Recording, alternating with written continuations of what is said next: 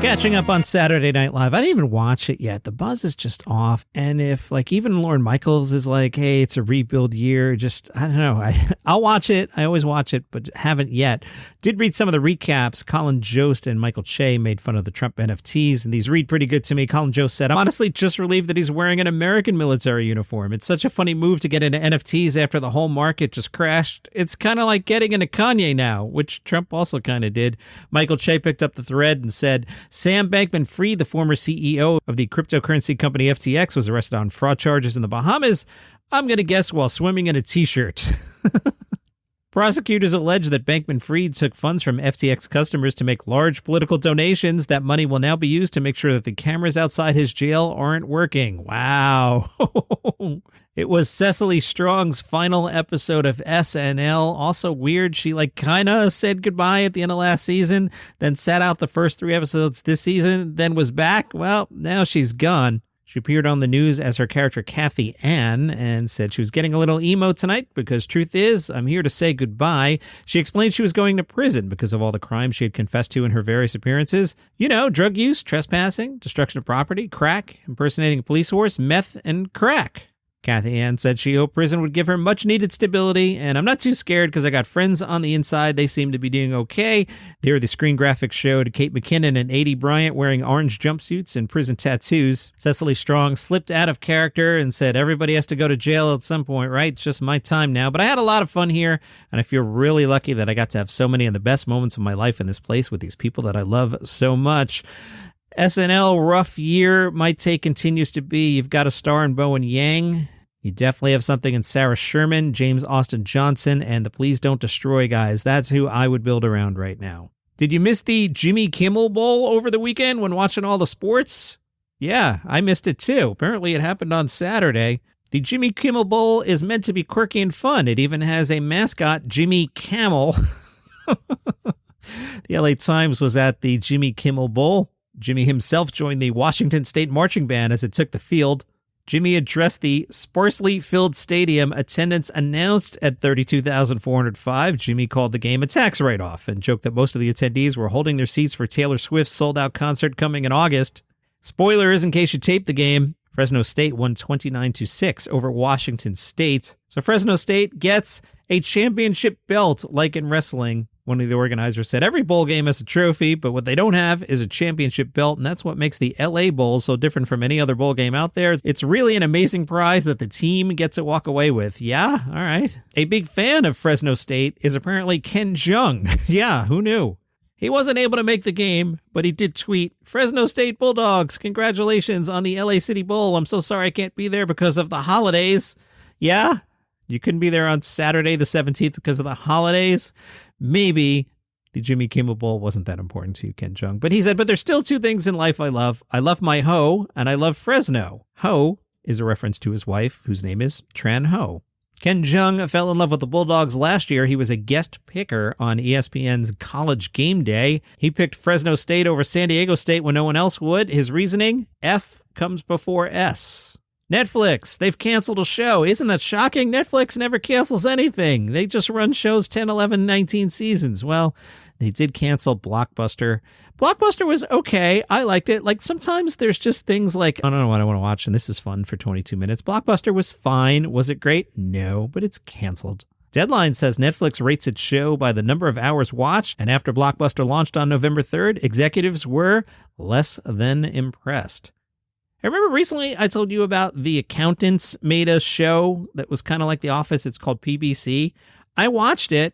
PBC on YouTube for free is pretty good. I've actually been telling people it's at least as good as Blockbuster. It's actually better than Blockbuster. So if you missed the initial story, an accounting firm wanted to get their name to seem a little cooler, so they commissioned a sitcom, but it's like a legit sitcom.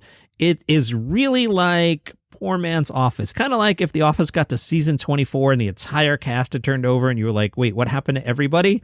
But it's pretty good.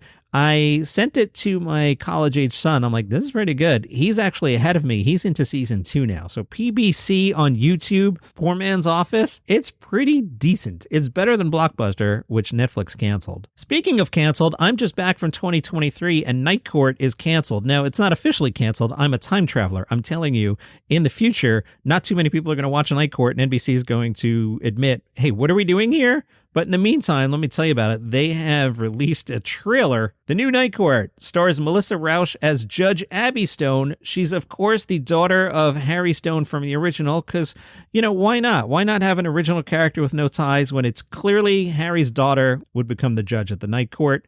And, of course, John Larroquette is still there as Dan Fielding 40 years later. That makes sense, right? Yeah. NBC says Night Court will follow Stone as she presides over the night shift of a Manhattan arraignment court and tries to bring order to its crew. Melissa Rauch says, when we were pitching it, I kept calling it a new boot because it's very much a continuation of the show that I love so much. Abby really wants to make a difference. She's an eternal optimist. She takes her job seriously, but she also enjoys having fun in her role as justice server. At one point, holding up her gavel and telling the courtroom, they gave me this fancy wooden hammer, so I get to do what I want. Oh my God, is that not a hilarious laugh line? Can you hear the laugh track laughing at that? Let me read it to you again. I'm sure Melissa delivers it better than I do. They gave me this fancy wooden hammer, so I get to do what I want. Yeah, Night Court. It's back January 17th, 16 episodes. Will it get to season 2? I'm back from the future. No, it didn't. They found a lost scene from Fawlty Towers, unfortunately never filmed, but there was a rehearsal script with unshot material. It's being put up for auction. The story from Chortle. The rehearsal draft for the anniversary episode features several minutes worth of material that was not filmed, including one in which Basil Fawlty, John Cleese, climbs out of the bedroom window to avoid having sex with a drunken Sybil. In the episode, which aired in 1979, John Cleese's Basil decides to throw a party to celebrate his 15th wedding anniversary, having forgotten the previous year. He pretends to have forgotten again, prompting Sybil to storm out. Instead of coming clean, Basil convinces waitress Polly to don Sybil's clothes and impersonate his wife for the benefit of guests. She pretends to be ill, which explains why she can't talk. The additional scenes take place after Sybil walks back into Fawlty Towers to find the friends leaving. After explaining everything away, the party goes ahead as planned.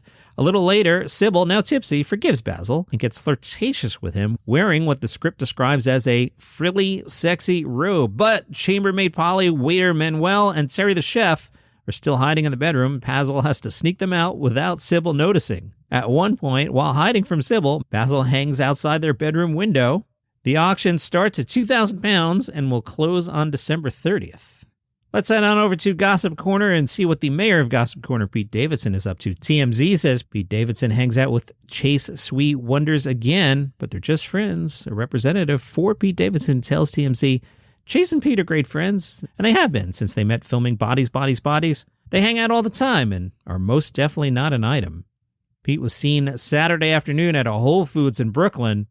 He was trying to lay low and stay incognito, but he was there with his friend Chase. Both of them were wearing hoodies completely over their heads, and they exchanged smiles at the checkout. Edie Falco wants none of your speculation about why the ladies like Pete Davidson. I know what you're thinking about Pete Davidson. I've heard the rumors too. Edie Falco doesn't want any part of that, because on Pete's upcoming show Bupkis, Edie Falco plays Pete Davidson's mom. Edie stopped by The View. One of the hosts was like, hey, what's it like to play his mom? Why do you think he's becoming such a ladies' man? Are you going to run off with him? Joy Behar said, why is he so hot? Sunny Hostin said, he's so hot, allegedly. What do you mean he's so hot, allegedly? Can't you look at him and determine if he's hot or not? Do you need more information about something? Edie Falco said, you know what? He's adorable. He's just completely adorable. He's like 90 feet tall, and he's got this giant smile, and he's very self-deprecating, and he's funny, and the humor is always sort of, the joke is on him on a way, and there's something very charming. Women are like, oh my God, he's so humble. Anna Navarro pressed and said, it's got to be more than that, because I know a lot of funny men. Edie Falco said, I'm staying away from all that. As his pretend mother, I don't know anything about that stuff. That's your comedy news for today. Follow the show for free on Apple Podcasts, Spotify, YouTube, wherever you get your shows. See you tomorrow. All right, here's the pitch. 5 stories, they're all good news. It's called 5 Good News Stories. No negative news, just good news. Nice, easy way to start your day. Hopefully a smile. Hi, I'm Johnny Mac, host of 5 Good News Stories. You get the premise? There's 5 stories, and they're all good news. Follow the show wherever you get your podcasts, and have a great day.